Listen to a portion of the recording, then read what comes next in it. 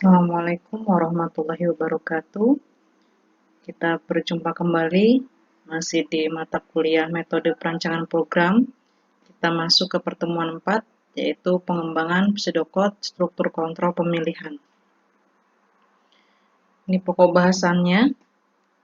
Kita masuk ke struktur kontrol pemilihan dalam pseudocode digunakan untuk menggambarkan pilihan antara dua atau lebih tindakan atau kondisi, tergantung pada kondisi yang diberikan. Contohnya di sini penggunaan if, jumlah orang lebih besar dari 10, maka pintu dibuka, else dibatalkan karena kurang peminatnya.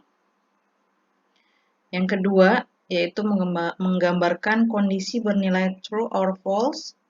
Contohnya di sini if member then diskon 20% dikali harga. Selanjutnya, kondisi berdasarkan perbandingan dua item yang dinyatakan dengan salah satu operator relasi. Contohnya di sini lebih besar dari, lebih kecil dari, kemudian sama dengan, lebih kecil sama dengan, lebih besar sama dengan, atau tidak sama dengan. Ada beberapa variasi dari struktur control selection atau pemilihan. Yang pertama simple selection, yang kedua combine atau multiple, kemudian yang ketiga nested, keempat perintah case. Kita bahas yang pertama dari struktur kontrol pemilihan simple selection. Terjadi jika harus memilih di antara dua alternatif yang ada, tergantung dari hasil kondisi apakah true atau false. Keyword yang digunakan di sini ada if, then, else, dan and if. Simple selection sendiri ada dua macam, ada yang bercabang, ada yang tanpa cabang. Kita bahas yang pertama yang bercabang.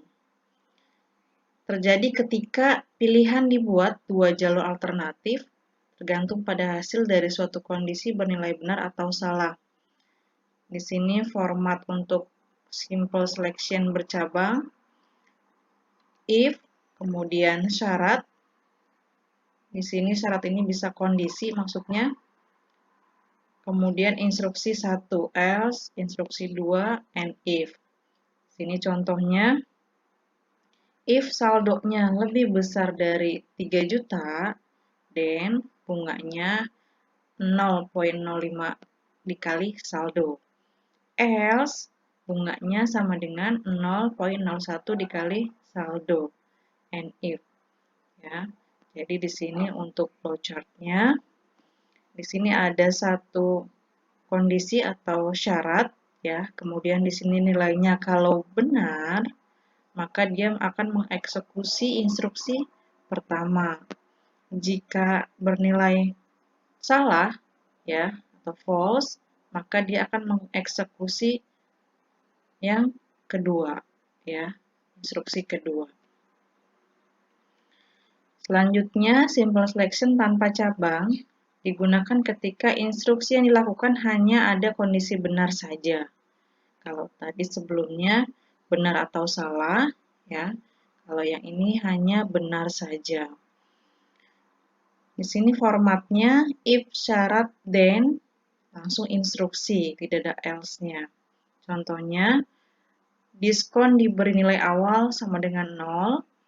If subtotal lebih besar dari 100.000, then diskon sama dengan 0,1 dikali subtotal. And if, kemudian total dihitung, subtotal dikurangi diskon.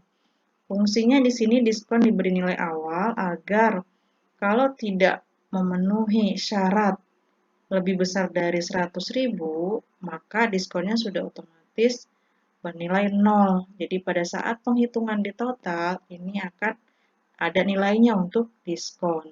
Seperti itu. Nah, ini untuk flowchart-nya, kondisinya 1, kemudian statement-nya atau instruksinya juga 1. Contoh kasus untuk simple selection, di sini kasusnya adalah menentukan apakah penghasilan per bulan yang dimasukkan atau yang diinput kena pajak atau tidak. Di sini ketentuannya, jika penghasilan setahunnya lebih besar sama dengan 15.600.000. Kita buat pseudocode-nya sini. Nah, seperti pertemuan sebelumnya, kita bahas tentang tahapan pengembangan program atau pembangunan program. Yang pertama adalah kita harus mendefinisikan masalahnya dulu, di mana ada 3 poin, ada input, output, dan proses. Berdasarkan case menentukan kena pajak atau tidak untuk penghasilan, maka di sini inputnya adalah penghasilan per bulan, ya. Jadi dilihat dari penghasilan per bulannya. Kemudian outputnya adalah keterangan kena pajak atau tidak nantinya. Di sini prosesnya ada 2. Yang pertama, karena ditentukan untuk kena pajak atau tidak adalah dilihat dari total penghasilan per tahun, sedangkan yang diinput adalah penghasilan per bulan, maka yang pertama prosesnya adalah menghitung dulu penghasilan selama 1 tahun atau 12 bulan. Maka di sini rumusnya adalah untuk mencari penghasilan selama 1 tahun, penghasilan dikali 12 bulan. Sudah dapat penghasilan selama 1 tahun, maka proses kedua adalah dilihat di sini penghasilan selama 1 tahun apakah lebih besar sama dengan 15.600.000. Kalau iya, maka keterangannya adalah kena pajak, ya. Jadi definisi masalahnya sudah ditentukan. Maka di sini kita masuk ke outline solusi. Di outline solusi dibuatlah tabelnya untuk lebih mempermudah. Yang pertama, kolom input yang dilihat adalah gajinya. Kemudian prosesnya di sini mulai dari menghitung penghasilan per tahun, baru di sini dibuatlah struktur kontrol pemilihannya. Ya, outputnya adalah keterangan. Selanjutnya, tahapan dalam pembangunan program yang ketiga yaitu pengembangan outline ke dalam algoritma. Nah, di sini yang pertama kita buat dulu header-nya ya untuk algoritma. Di sini header-nya adalah program kena pajak. Kemudian deklarasinya kita menentukan variabel. Variabelnya ada 2 di sini, ada keterangan, ada gaji. Keterangan tipe datanya string, sedangkan gaji tipe datanya adalah long. Kemudian kita buat deskripsinya. Pertama, deskripsinya mulai dari baca gaji dulu. Ya, di input gaji dulu, kemudian dihitung total penghasilan setahun, baru kita buat pengkondisiannya, yaitu untuk mengetahui keterangan apakah kena pajak atau tidak. Selanjutnya,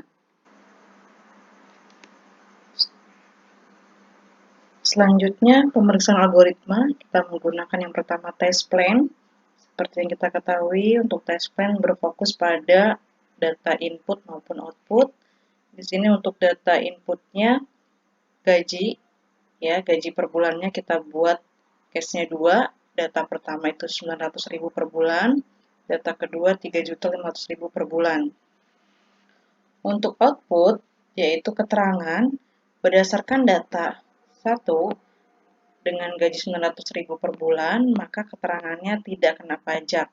Karena kalau kita jumlahkan, total dari 12 bulan tidak mencapai atau kurang dari 15.600.000. Sedangkan untuk data kedua, dengan gaji yang kita input per bulan 3.500.000, keterangannya akan menghasilkan kena pajak karena total penghasilan selama 1 tahun lebih besar dari 15.600.000. Selanjutnya, pengecekan dengan tabel DeskCheck. Untuk DeskCheck, dia berfokus kepada variabel, ya, yaitu gaji dan cetak keterangan. Di sini langsung dibuat input dan outputnya disatukan dalam satu tabel. Selection yang kedua yaitu combine selection. Terjadi jika kondisi yang harus diperiksa lebih dari 1. Kondisi tersebut dapat dihubungkan dengan menggunakan AND atau OR.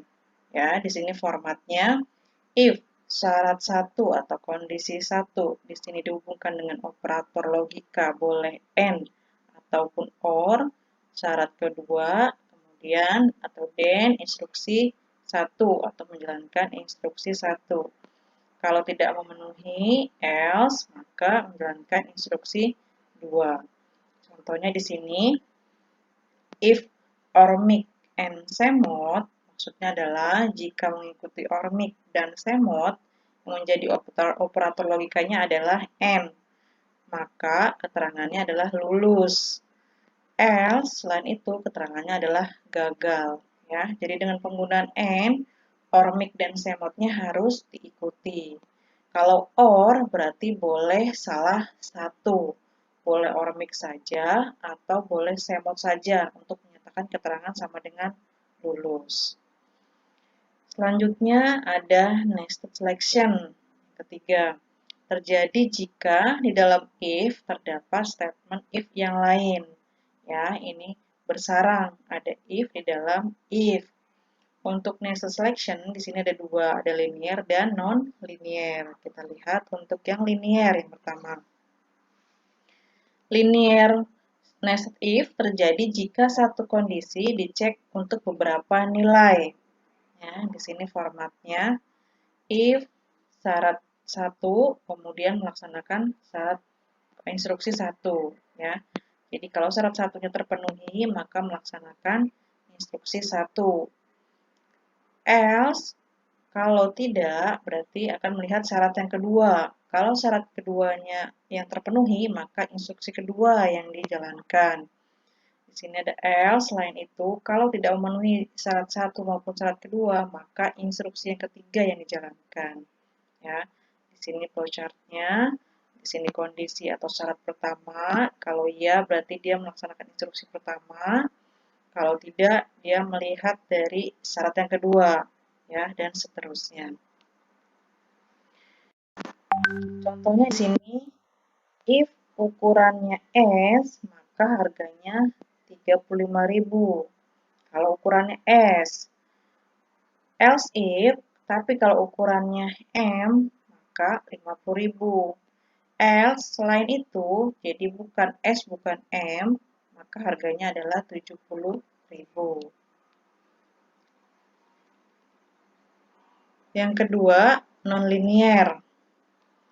Terjadi jika beberapa kondisi harus diperiksa sebelum suatu statement dikerjakan. Di sini formatnya. If syarat 1, maka ini anggap saja adalah instruksi 1, di mana instruksi 1 akan berjalan kalau ada syarat keduanya juga terpenuhi. Maka instruksi 2A yang dijalankan. Jadi maksudnya gini, dilihat syarat pertama terpenuhi, dilihat lagi syarat kedua juga harus terpenuhi, maka dilaksanakan instruksi ke-2A. Namun, jika syarat 1 terpenuhi, tapi syarat 2-nya tidak terpenuhi, maka yang dijalankan adalah instruksi 2B. Ya. Nah, untuk yang else di sini, jika syarat pertamanya sudah tidak terpenuhi, otomatis akan menjalankan instruksi 1B. Ya. Khusus untuk syarat pertama, dilihat lagi ada syarat kedua, ada syarat di dalamnya. Ya. Seperti itu. Ini non-linear nested if. Oke, selanjutnya. Contohnya di sini, jika A lebih besar dari B, maka akan mengeksekusi yang ini. Ya. Dilihat lagi, A-nya lebih besar dari B terpenuhi. Kemudian dilihat lagi, A-nya apakah lebih besar dari C? Kalau iya, maka cetak A. Namun kalau tidak, maka cetak C. Ya. Kemudian selain itu, kondisi atau syarat yang kedua, nilai B-nya lebih besar dari C, maka cetak B. Selain itu cetak C. Ya. Jadi khusus untuk syarat A lebih besar dari B, dilihat lagi apakah A-nya lebih besar dari C atau tidak. Nah, yang terakhir adalah perintah case. Perintah case digunakan sebagai instruksi pemilihan di mana aksi yang akan dilakukan hanya tergantung pada nilai dari satu macam variabel. Ya. Perintah case memungkinkan memiliki banyak nilai dan setiap nilai berkaitan dengan satu macam aksi. Ya, kita lihat di sini formatnya. Di sini ada switch, kemudian di sini disebutkan variabel yang menjadi syarat, ya. Kemudian nilainya ada apa aja nih? Case nilai 1, maka akan melaksanakan aksi 1. Kemudian case nilai 2 melaksanakan perintah 2 atau selain itu defaultnya aksi AND. Ya, itu perbedaannya dengan perintah if. Di sini contoh kasusnya ada variabel golongan. Ya. Kalau case yang pertamanya A atau golongannya A, maka terapinya adalah jus strawberry. Ditutup dengan perintah break. Kemudian, kalau golongannya adalah B, maka terapinya adalah jus sirsak. Kalau golongannya C, terapinya adalah jus wortel. Kalau dia golongannya D, terapinya adalah jus tomat. Selain dari A, B, C, dan D, atau default, terapi sama dengan terapi untuk golongan tersebut tidak ditemukan. Ya, jadi nilainya adalah yang defaultnya terapi untuk golongan tersebut tidak ditemukan. Baik, sampai sini untuk pertemuan keempat. Jika ada pertanyaan bisa ditulis di kolom komentar. Terima kasih, mudah-mudahan bermanfaat. Jangan lupa like, share, and subscribe. Terima kasih. Assalamualaikum warahmatullahi wabarakatuh.